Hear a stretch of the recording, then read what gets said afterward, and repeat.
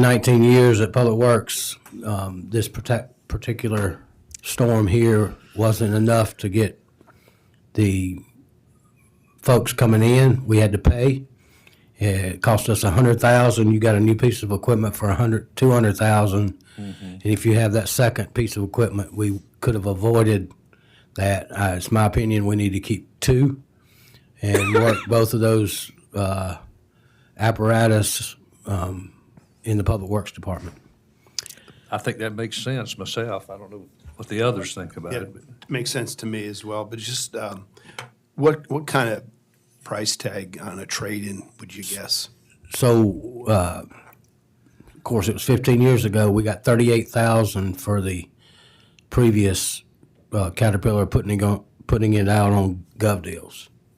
Trade-ins, you get in state contract with what you got here at $196. That includes the $21,000 for the tink bucket. Do you have an idea of how much we could get if we were to sell the existing piece of equipment? I would say you could get somewhere between $40,000 and $50,000 for it. How much is a new one? 154. Well, it's plus the 21. So it's state contract, and then you have to buy the tink bucket, the attachment that municipalities use to pick up the debris with, and that's 21,000. So total is 196 change. okay. We're so budgeting 200 here. Right. Any other questions on that? No, All right, replace the 2012 Ford F-150. That's the previous sanitation foreman vehicle. What I'd like to do is replace that, move the vehicle I'm in now to the one that will run the beach, and then I'll drive the newer Ford F-150. Donnie, just for the benefit of the group, so knowing that we have the VAC coming or have it, and it's a heavy piece of equipment, and a 150 would struggle to tow that, should we consider a heavier truck, or we would move the VAC with a different truck? So right now we have, what I would do if the Dodge that Lynn's driving now doesn't operate right with the VAC, we'll put the hopper on the Dodge 8-foot bed, and we've got a 350 over there right now that we can put using the VAC. Okay. It'd be a simple transition of apparatus within the fleet. And And the this Dodge is- is a 2019 model, I Yeah. think. Yeah. Yeah, and this is the VAC that we just you all recently approved that we're gonna use for in-house stormwater maintenance. We know that when it's full of water, it's extremely heavy, Heavy. so it'll be a struggle for a 150, but So a little background, right now I've got a F-250 with a hopper and a F-350 with a hopper with heavy-duty rear ends. Historically, we had used F-150s and put hoppers on them. So we upgraded with the heavier truck, and we can certainly take a hopper and put it back on the equivalent of a F-150, but it's the Dodge version. Okay. And then we've got, Debbie's got 25,000 for radio replacements. As you know, Public Works, we do not use the digital version. We still are on the analog version of the county radios.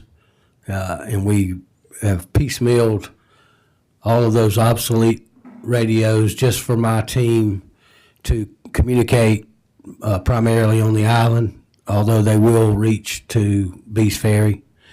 So that's what that 25,000 is for. So this is to replace the analog type radios, or?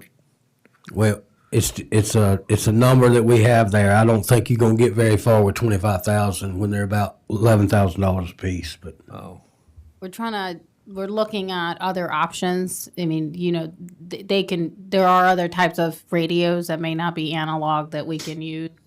We have a placeholder in the budget just to allow us to give us the flexibility to buy a different type of radio if that's what we decide to do. And to begin the process of upgrading and replacing. Yes. Okay. All right, and then the other 20,000 is to complete or to purchase the surveying equipment for our stormwater division that we're developing as we speak. So it's just more tools for the quiver, if you will. And just a little bit on that, we budgeted in FY '23. This was an expenditure that we reallocated towards the purchase of the vac truck. The vac truck was not budgeted. We found a model that was in really good shape, a good price at $50-some thousand. And we reallocated some funds on expenditures that we had budgeted for this year, knowing that, or with the goal of rebudgeting those for FY '24. So this was something that we included this year, but the 20,000 in the budget we allocated towards the purchase of the vac truck. So it's not, we're not purchasing two. All right, and then the last item is the undergrounding at 175,000. And this is a placeholder. This was the second project that we identified about maybe over a year ago now, when we started working more intently with Dominion Energy in a cycle for undergrounding. The second project, as you all know, the first one is hopefully get ready to start constructions this month, the 21st. The second project there was the Owl Palms Marina area. We have already met with the Dominion folks out there, and they are developing very preliminary conceptual design for that area. This number has to be revised. This is the number from 2 years ago. Based on the meeting we had with the Dominion Energy folks, it seems like the project is much more ambitious and larger than originally contemplated, and we'll be working on refining that. I've had this discussion with the mayor about bringing back that original list of the projects for undergrounding and identify whether we want to shift some projects, further or defer some. But I think the IOP Marina, even though, I think should still be in the plan, it's much larger than we had originally anticipated, and partly due to, and Douglas, if you don't mind, if I miss anything, there's just a lot of real property, like space, that needs to be purchased in order to install, what do you call it, transformers? So it's just more complicated than we. So again. this is much larger than our initial estimate was a couple of years ago. That's right, because we had, I think at the beginning, we had anticipated undergrounding from waterway towards the end of the marina, but there are some connections there that would not allow us to just do that part. We essentially have to do the entire length of 41st, which again, it's a much larger scope. Right. I remember when we started working with this a few years ago or whatever, we were kind of prioritizing those 4 or 5 projects by how simple they were to do during the off-season, if you will. So 21st was kind of a no-brainer. We thought, okay, that would go quickly. And then this one sort of fell in second place on that it would be fairly simple. But now you're saying it's going to be a little more expensive and a little more complicated. Yeah, I think the reason we also picked the marina is knowing that we were going through the drainage project and improvements to the public dock, improvements to the marina property, that it would make sense to include that as part of the beautification efforts. I don't necessarily think it was because we thought it was simple, but it is much complicated than what we had looked at before. If we bring it back and reshuffle and look at the priorities, I think the other one that we had was down here on 14th. Yes, you're correct. That was the other project, so it will be kind of a decision, I would think, between this project at the marina versus that over there, so if memory serves me correctly. Yeah, we can bring back that list through this committee and just reevaluate all the projects that were identified a couple of years ago and maybe even have Dominion Energy come and give a quick presentation of what the scope of the marina would be so that we can fully understand it before we decide to shift and pursue a different project. So we'll again, this is the first draft of the 10-year capital plan. We'll refine this as we continue having those discussions with Dominion. All right. One comment before you move on. If you'll look back to line number 1, that is my 20-yard packer. And if you recall, 2 months ago when I said I busted the budget on my maintenance because of the major issues I had we performed some fabrication in Columbia with this particular piece of equipment, about $17,000 worth early in the year. So the rear end of this 20-yard packer, that's the small one. It's in very good shape. Of course, it's still a very old truck. We don't use it a lot, just Wednesdays and Thursdays this time of the year. It's also the backup. So today we had a hose bust, so it's in operation today. So it's our spare during the off season. In the season, it's our 5th truck that we use primarily on Fridays, as well as we put miscellaneous in it throughout the year. But deferring it 1 year, it kind of gives me my planning for my 10-year out to kind of spread it over one large piece of equipment over each year. So that's why I did what I did there. Okay, so you think we're gonna be able to limp home into FY '25 with this? I think with the work that was done earlier in the year, that we're good. And I deferred it 1 year for 25 when we don't have a big piece of equipment. Any questions from anybody? The next part under the Public Works Department's budget is the drainage. Here you can see we have $100,000 for general contingency. These are projects that, pop up throughout the year that we want to make sure we're able to do. For example, the project we recently completed at 25th Avenue. In partnership with DOT, our portion came out of this line item. So it's something we started doing a couple of years ago. And it served us well, having a place in the budget for general drainage contingency and maintenance. I know it's a placeholder, but is that enough? We've- 100,000? We think so. We've increased it recently from 70,000 to 100,000 because we are being more proactive on it. I think having the piece of equipment in-house for maintenance will help us a lot. I think if I'm comfortable with 100,000, if for some reason we think that we need an additional approval, we certainly can come back before council and request that. We have line item 167, a provision for future drainage projects identified by the drainage master plan. We anticipate a presentation by them very soon. We received a draft of their final report identifying a number of projects. This would be a placeholder to allocate for those projects during FY '24.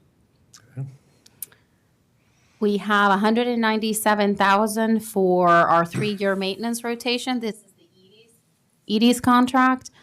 We plan on keeping the same amount that we currently have in that 3-year rotation, even though we are doing some drainage in-house. That allows us to allocate additional funds for more repetitive maintenance in some of the areas that we can't reach. So we're just increasing our efforts at doing maintenance. And you all know we have a foreman plus the assistant director really focusing on these efforts and has allowed us to be, again, more intentional and proactive at managing drainage, which it's a recent development for the city. Just keeping the ditches flowing is enough. Correct.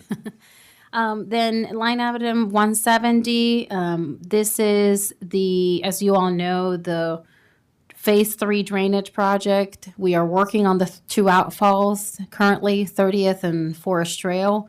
That project should be completed by the end of this fiscal year. The next piece will be 41st Avenue, and this is fully funded by a grant from the Office of Resilience.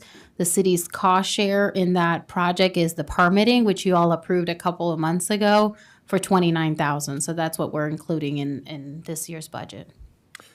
That's not a bad deal. I don't think so. $2.2 million. I think it's a pretty good And we're deal. paying 29,000. That's great. We also have included here in line 171, the 1.1 million related to the Water Boulevard path and the elevation project. It's not only improving the path, it's including some drainage infrastructure to utilize that as a barrier from tidal influence into the interior of the island. That is a project that we worked on with our grant writer and submitted a grant through FEMA's hazard mitigation program. We won't know until the end of this year, I believe, whether we receive the grant. So we want to include it in the budget. If we do get some grant funds, it'll be offset. We'll include the grant funds as revenue. Under general government, it'll be offset by that, but including it in the budget would allow us to continue to move forward with it, even if we don't get grant funds, which I think it's in the city's best interest that we pursue permitting and construction of this project, regardless of whether we can offset it by grants. But the folks that we're working on feel really strong that we have a good project to be funded. Can we get started on a project like that if we're waiting for news of funding? Can you start spending our own money, so to speak, and get that reimbursed, or is it something you have to wait for before we even begin? So we asked that question because you are right. Most of these grant programs require projects to be shovel ready, but not yet started. But if you do start it, you can become ineligible for grant funds. We did have a meeting with our grant writer and asked her that question, whether there is an opportunity for the city to at least start engaging the engineers in the design and the permitting of the project. And her recommendation was that we wait. This is just one of those projects that we've talked about for I know. years. It's been out there. We all know it needs to be done. Safety issues. God, the sooner we can get it done, the better. So, I mean, Are Yes, we, are go we ahead. looking to SCDOT at all for that? Not at this time, no. We're not contemplating, we haven't requested funds from DOT for this project. I think that for. That's their sidewalk. Well, I learned when the city submitted a grant to the Charleston County TSD program, Transportation Sales Tax Program, I learned that the city got county money years and years ago to build that. And when you get money from the county for projects like that with, TSD projects, the city assumes maintenance responsibility in perpetuity. So I haven't found that that agreement, but it's pretty standard that when you do that kind of project, you assume. So I think it would be DOT would say it's your responsibility now. And am I correct I in mean, my? I Okay. know that's what's happened like downtown Charleston, but there's still typically some cost sharing involved. Like I know like the Bluestone, Charleston took over, but it's still, if it's a DOT road, it's still their sidewalk, but I don't know. That sidewalk is far away from the road, so maybe there's some sort of weird exception there, but. Also, the majority of the cost of that project is the elevating it for flood resilience. So Right. I think they would say that's squarely on us. But could certainly ask. I do see that the subtotal doesn't include that project. So I don't know if that's intentional because we're counting on getting the revenue back. No, it should include it. So Okay. we'll fix that. Okay.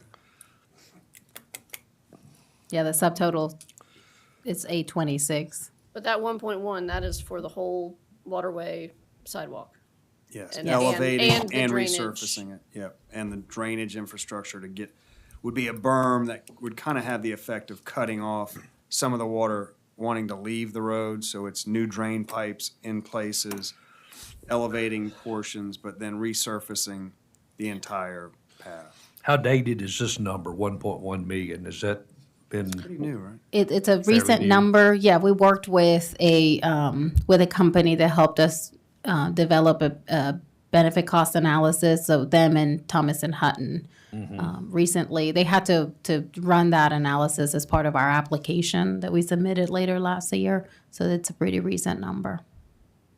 I think it started at like 600,000. So it's gone up. Seems like a fairly good deal. All right, and then under building department, we have a placeholder here for replacement of the HVAC units. We share that with the general government piece. All right, are there any questions? If not, we can go have Carrie go through recreation. I mean, just to let the public know too, we still have, on all of this, we have maintenance contingencies also, Yes, right? thank you. I missed that. Yes, we are including a provision for each facility and each building that we own for maintenance, That's at ongoing maintenance. 2%? It's 1%. Is it 1%? 1% of the insured value of each facility. And for building, we share that with general government, so we include 50% of the total Right. cost for our building, and for the public works, it would be for the public workshop. Okay. And you'll see the same for the recreation department Right. as well. Okay. Thank you, Gary. All right. So for recreation, for our 24 request, add or replace playground or scoreboard only with failure, 20,000. So we automatically know the soccer scoreboard needs to be replaced next year. So that will come out of that. Upgrade the Magnolia Palmetto for live streaming. So this project would help when you guys hold public hearings or meetings at the rec center. It would also obviously make that much easier, but it would also give us the opportunity to possibly live stream like the police department's doing the Coyote training, seminar, and other things like that with a little bit more ease. Right. So questions on that? Acoustical panels for the gymnasium. Again, this would just make the gym a little bit more multifunctional for music events or theater projects or anything else that's not sports related. It is very loud in there. The echo is, if anybody's been in for a basketball game or Doggy Day. Doggy Day. Doggy Day was very loud. It would just kind of help with that noise reduction and make that space more multifunctional. Replace the 2014 SUV for $36,000.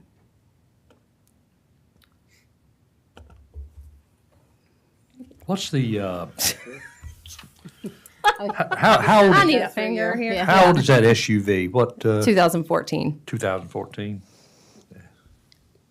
And that is the vehicle that's assigned to the director, but it's also a vehicle that is used daily Department. by the department. You know, when Right. things, supplies need to be purchased, that's the vehicle that's used. When we have events, they use that vehicle to transport equipment and, you know, if there's an event somewhere else on the island and we're purchasing, you know, food for the, Yeah, it gives us more function too than just having a truck with the covered Right. storage. So with everything you're doing in the rec department, I guess between Front Beach and the rec center and all That's around right. the island where you're involved, you're using that vehicle for the most part. Correct. Transport. Yeah. Yeah. Yes, sir. And is that, what's happening to the current one? Or are we trading it in, or? we would, Okay. yeah, we would sell it Yeah. as surplus So there'll property. be some sort of trade-in Offset. value. Yeah. Replace the server for the security cameras at the rec center. That's for $7,000. The curtain in the gymnasium, which is the big blue curtain that separates that gym in two, it needs to be replaced. That's at $10,000. So that again is just one of those multifunctional things that allows that gym to become two classrooms, if you will, or two different spaces for activities that we can do more programming than just one gym. Allows for open gym basketball to still be going on while the ping pong guys are in there doing their league and stuff like that. HVAC at 50,000. We have one unit that is original to the building, so we pretty much know that is going to need to definitely be replaced. We also have some older ones that are at about 10 or so years old that could possibly need some attention. So moving on down to line 219, replace dog park fence and play equipment at $30,000, and that's just some improvements for the dog park for that space out there. Okay. Questions on that? No? Okay. Nope. Line 229, construct outdoor fitness court at 165,000. We are looking at some outdoor fitness equipment or an outdoor fitness space for people to come and work out outdoors. Do I need to go into? A little bit. Yeah, okay. Yeah. What is this? I do have pictures too if y'all want to look at it. So the project that we were looking at is the National Fitness Campaign. Here. So it's an outdoor court with functional fitness training. This system particularly comes with an app. So if you had no idea what you were walking up to, you could just scan that and it will give you workouts. So you could, have no idea what you're walking up to, but get a workout in. This company is the company we reached out to them a few years ago and were approved. They give a $30,000 grant.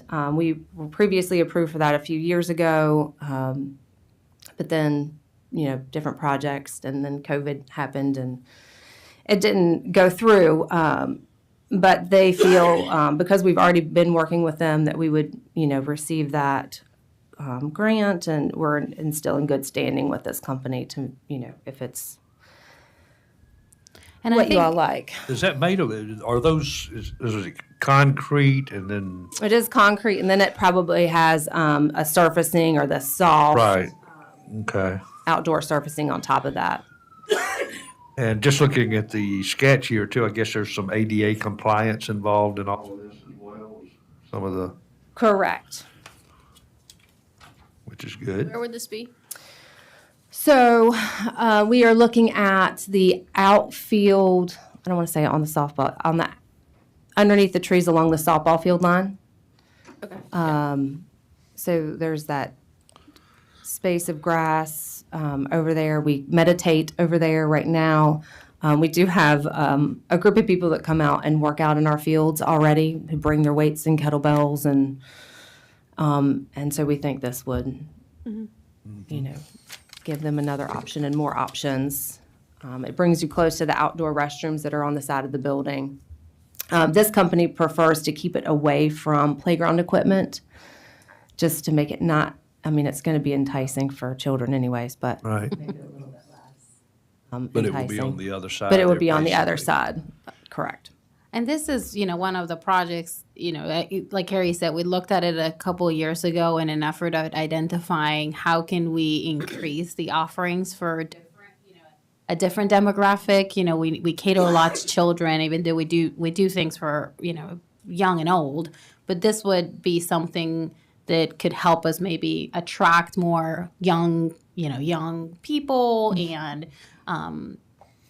that are interested in, being outdoors and working on their fitness. I think this is something that we could program too. We already have some outdoor fitness classes that operate under the picnic shelter. And so this could be something our own instructors could program and utilize as well for fitness classes. And would this be something also that someone who, not having an instructor there, would be able to walk up to and have at least some sort of I guess instructional sort of signage or something? it does have signage on it as well. And in today's there, world, as okay. long as you have a phone, And you said you have there's an app for it, right? you have an app at your fingertips that will give you different workouts. I think it's a great idea. So. I like it. Yeah. Another option there. Moving on down to line 234, lighting for the pickleball courts. So as we're adding those in and have adjusted the Basketball courts, we think that lighting is going to be the next request for those courts. Right now we'll have the basketball courts, and I just don't think that's going to be enough moving forward to light those the way participants will want. So adding a light structure for those courts. It'd probably be easier to do it all now, right? I mean, or would, I guess budgeting though, it would have to be done after the fact. Well, the neat thing though is that we'll have plenty of daylight hours.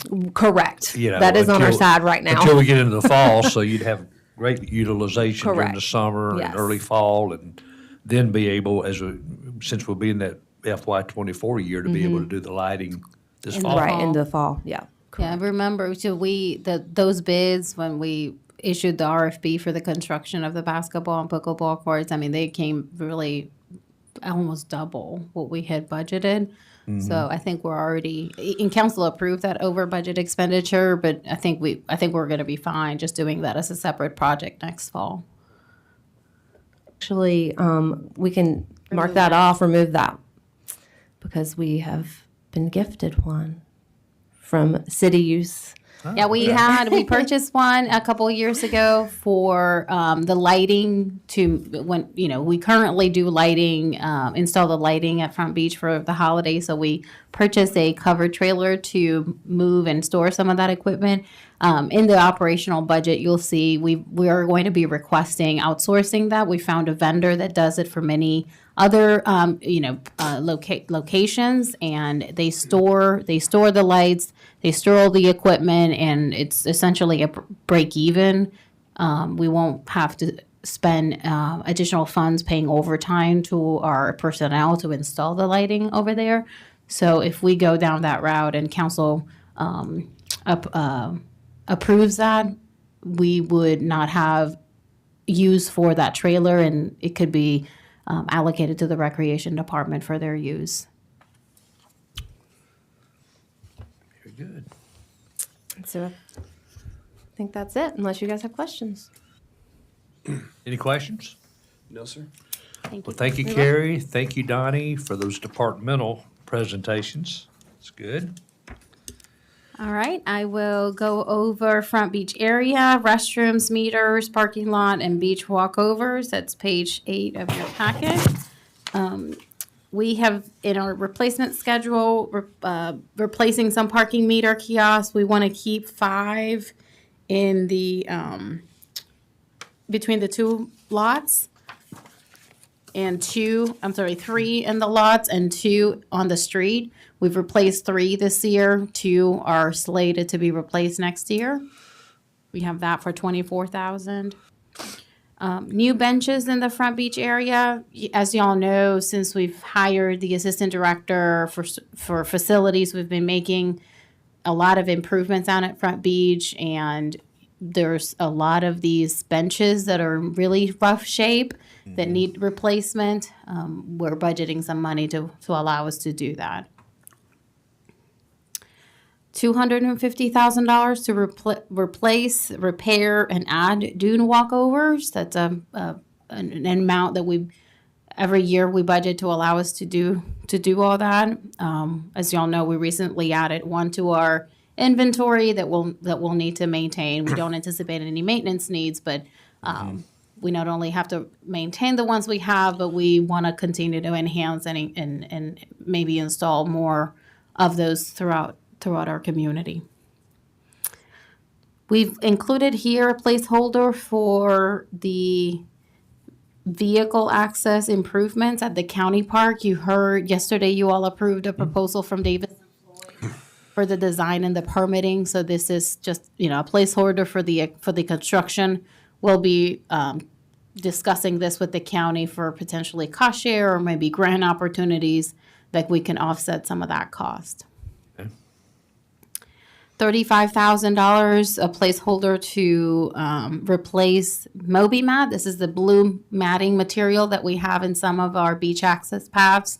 Whenever we identify a beach access that could be well served and it could be sustainable to put in those, we do that, but we keep routinely replacing and improving those that get a lot of, when they get some wear and tear, we we'd like to keep an inventory in-house that would allow us to quickly deploy new ones. How's the Moby Mat been holding up for us? I mean, for example, 42nd there, where we have the long extension on the Moby Mat, that we're having to replace that quite often? And that's been taken up for the season. Is it? Yeah. Is Yeah, it Yeah, back? okay. I think it was destroyed by tide, wasn't it? Was it? Okay. It does not, that flexible stuff does not do well if it gets into a tide. So I think we lost that piece, and I think that we've been monitoring that shoreline to see. Robert and I were out there maybe 2-3 weeks ago to see if there's an opportunity to put it back out, but we had some high tides right up to pretty close Yeah, to it's where not, it's not ending accreting at. like it was at Yeah, one so we're point. kind of monitoring it, but we definitely learned that we really have to be mindful of any tide, because if a tide comes up on it, it's going to get destroyed, and it's not cheap. We did try their alternate product at the marina, handicap spaces, and I think that we felt like it's more durable. So it may be a better alternative for that application. So we've been experimenting a little bit with alternatives to try to find something but that one might be even harder to pull up in the event of a higher tide. So it's kind of a balance there with flexibility and durability. You can't get it perfect for any application. But since we have so much of this deployed, we have the $35,000 there as sort of a placeholder to replace what's already existing until we find better alternatives in Yeah. the future, maybe. Robert, what would you guess? We replace a couple hundred feet each year, would you guess? Yeah, I'd say we do about 2 to 3 sections per year, just depending. Sometimes it's really where they're nailed together. If a vehicle's accessing and it may touch the bottom of the undercarriage, it may pull it, just things of that nature. But yeah, the ones that we put out into the tide, that's the problem. Once those nails and that tide comes in, it snaps where we join together, and then that's it for the whole movie. Okay. Next, we have line item 261, repair sidewalks on Ocean Boulevard. So we started doing that this year, including some funds that would allow us to make improvements that's necessary. As you all know, the city owns that section of road between 10th and 14th. So any improvements necessary would be the responsibility of the city. And then we have the facilities maintenance placeholder here that would apply for the front beach restrooms, and we have that at $45,000. Okay. We maintain a fund balance, an assignment of a fund balance for future expenditures of $75,000, and this would be specifically for the road when we need resurfacing. That's the fund balance that we assign every year towards a future project. Breach Inlet Boat Ramp, this is something that, as you all know, it's owned by the city. The last time that this was fixed and rehabilitated was 23 years ago. Every year we go through this analysis, and, residents are able to purchase a key from the city. I believe last year we only had one person purchase a key to access the boat ramp. So we go through and struggle, do we spend a lot of money rehabilitating it? Are there any other options that we could use? Maybe assign that as a kayak, or what do you call it? Soft hand water sports? No, non-motorized. Self-propelled. Self-propelled. So I thought about reaching out to ATM. They're the folks that help us at the marina, and just have them come take a look at it and tell us what can be done, what needs to be done. It just feels like a lot of maintenance effort for very few, or very seldom usage. Is the lack of usage though because is it in too bad a shape that you wouldn't want to put your boat in, or is I it think the type it's of thing that just- if you fixed it, people would use it? I think it's just a little bit tight with back in the trailer and the boats in. It's awfully steep too, isn't it? It's very It is. steep. It's very narrow. There's nowhere to tie your boat there. The marina that's adjacent to it, it's private. There's very little parking in that area. I it's think it's a combination of things. And it's cross-tied, so. Donnie, Donnie will say something. Just go to the microphone and say it, Donnie, if you would. That boat ramp is very difficult with the tidal influence. When you got an incoming tide and an outgoing tide, that water's pulling through there very, very quickly, even for experienced boaters.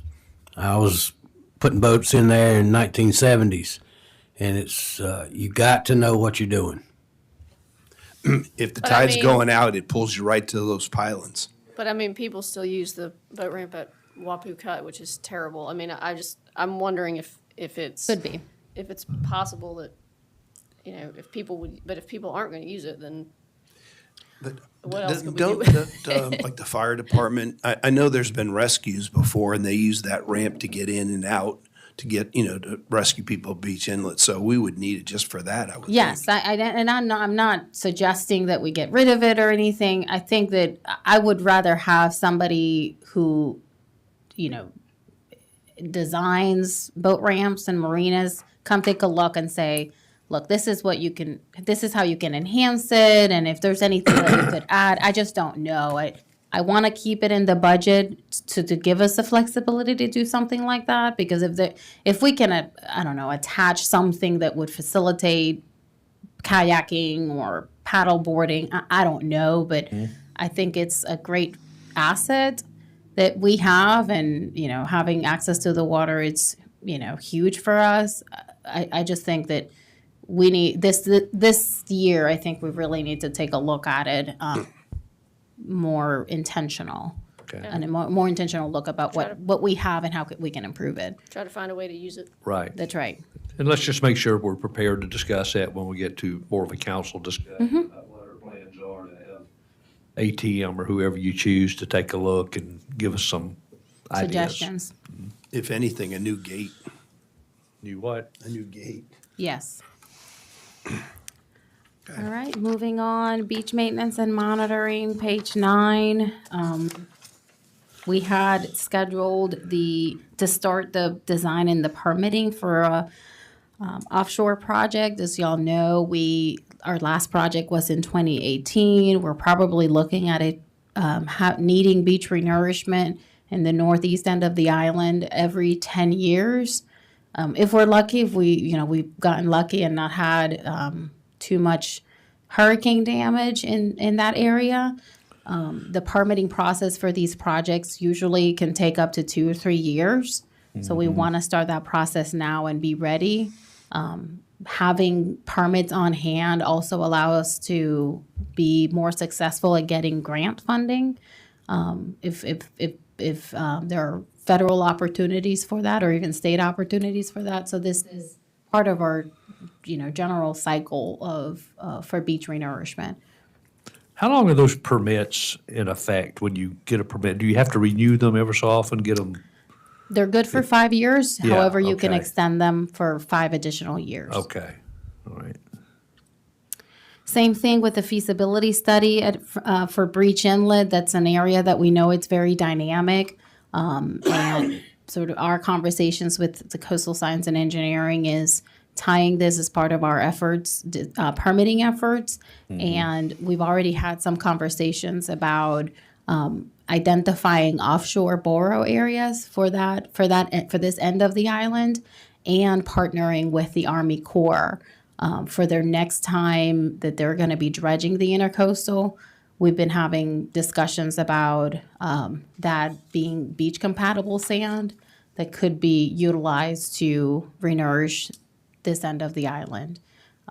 So this is a rebudget. That's not something that we've done. We haven't done anything about it this year, other than those initial conversations. So we're rebudgeting those for FY24 to align with the permitting for the large offshore project. Okay. The sea level rise adaptation plan, we plan on starting that fiscal year as we budgeted for it, but we know it'll be probably a 12-month study, 12-month progress. So we're just rebudgeting, knowing that that this is a project that will migrate between FY23 and FY24. Required post-project monitoring. This is the permit for the 2018 beach renourishment project required us to monitor the area and monitor the offshore dredging site for 5 years after the project. So FY24 will be our last year of doing that, which was a requirement of the permit. However, we included $60,000 for the ongoing monitoring of the entire shoreline. We do that every year. We do that for the entire 7 miles of of beach. That's all we have for beach maintenance and monitoring. And then last, we have the Owl Ponds Marina. And all of the projects that are listed here are primarily related to the future green space, and the public dock. We have $150,000 for the green space. Our goal would be to tie all of these projects together and do them at the same time so that we can minimize disruption to the site as much as we can. We also included the engineering and design of the public dock. That's part of the 1.7 figure that's just for construction. So we've already engaged ATM to pursue permits for the public dock. So we're in that process now. But after permits are received, that has to be fully engineered for us to go out on public bid. We also included bidding and construction oversight. So you can see we broke them down by activity. Okay. Improvements to the T-dock on the intercoastal. This is the dock that is shared between the restaurant and the marina operator. We have those in the budget right now, but y'all recall we had a conversation with both tenants and they requested that we hold on spending any money on the T-dock and let the new operator get in and for them to kind of work together about whether they propose a different plan for that T-dock, whether there is an opportunity for some cost share if they wanted to do any improvements that go above and beyond what council has already agreed to doing. So we are in the process of just waiting that out. As y'all know, the new operator took possession of the property of the leases in December. So I think, they're focusing on the marina store. They're going to be working on the parking lot very soon. So I think this is going to be a next year project potentially. But we'll just propose to rebudget the same amount for FY24 and continue our efforts of working with them to try to identify if there's anything different or maybe, again, some cost savings with those improvements. And give them an opportunity to talk it through and see what they think needs to be done. That's right. I think that they were concerned that the city would spend, $500,000 and, a year from now they wanted to pursue something different. And we felt like it would be prudent to let them get in and let them operate the marina and talk amongst themselves about what maybe a different, better configuration that works for both of them. And then we have 1.7 here for the construction of the public dock, once permitted. And the ARP $1 million offset.